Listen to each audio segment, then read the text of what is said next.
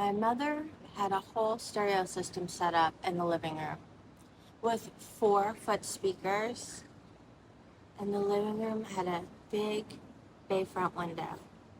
And some of my favorite memories as a little kid live on the outside of that glass, standing on the front stoop and watching my mom singing as I was coming home from school.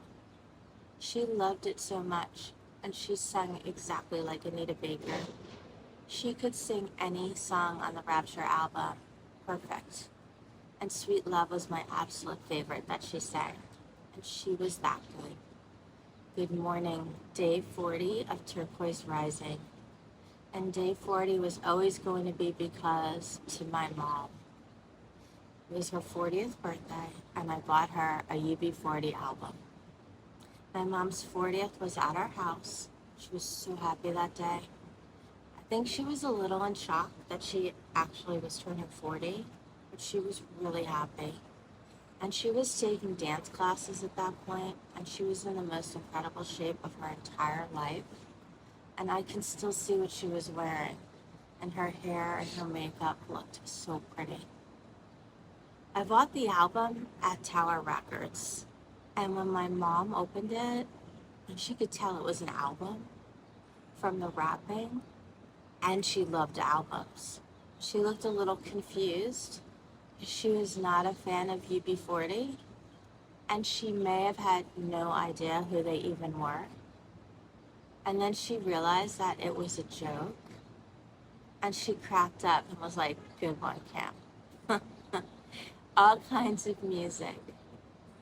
She played all kinds of music in our house, and she let me pick a few UB40 songs at night because I was an emerging fan, but unfortunately, she never converted.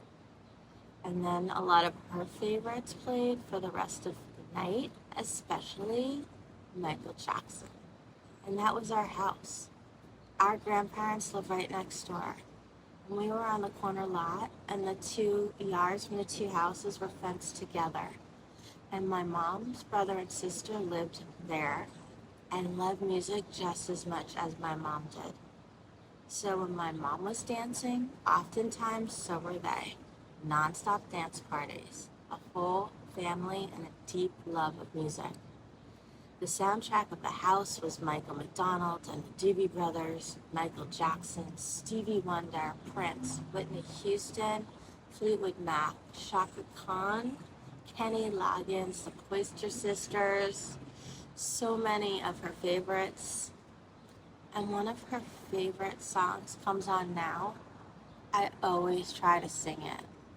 I've been singing more as I get older. And I think it's my attempt to still feel my mom. And that powerful singing voice that she had. I sadly did not inherit a voice quite like hers, but I understand now that love of singing. And I think that's exactly why my goal is to use my voice and to be heard. And my mom's voice was so much more than singing. She called things before they happened. Our entire lives, she saw patterns and named them long before pop culture or politics or the news could keep up. She knew everything about sports. She raised 3 adult fans who share the passion.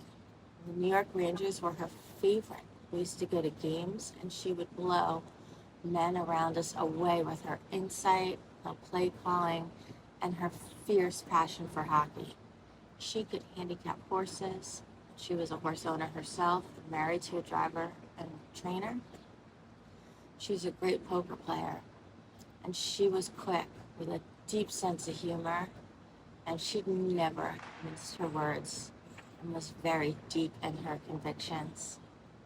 Born at a different time, my mom would have been an absolute badass podcaster, no doubt.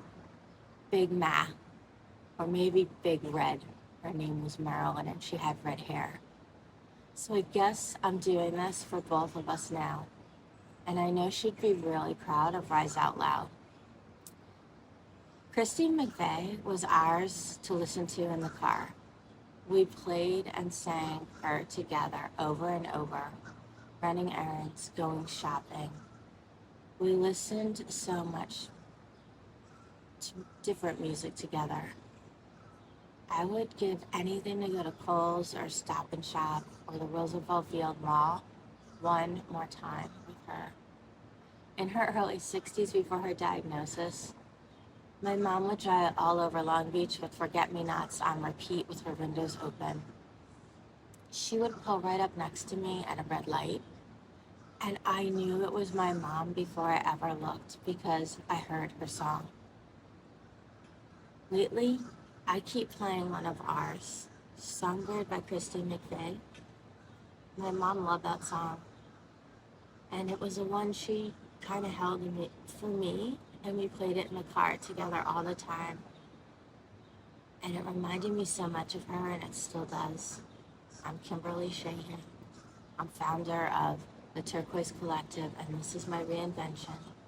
90 days unfolding live and unfiltered, built on camera, one day at a time. Most mornings, Rico and I walk the beaches in the intercoastal of Palm Beach, where I voice record my thoughts, my stories, my reflections, and I chase the light.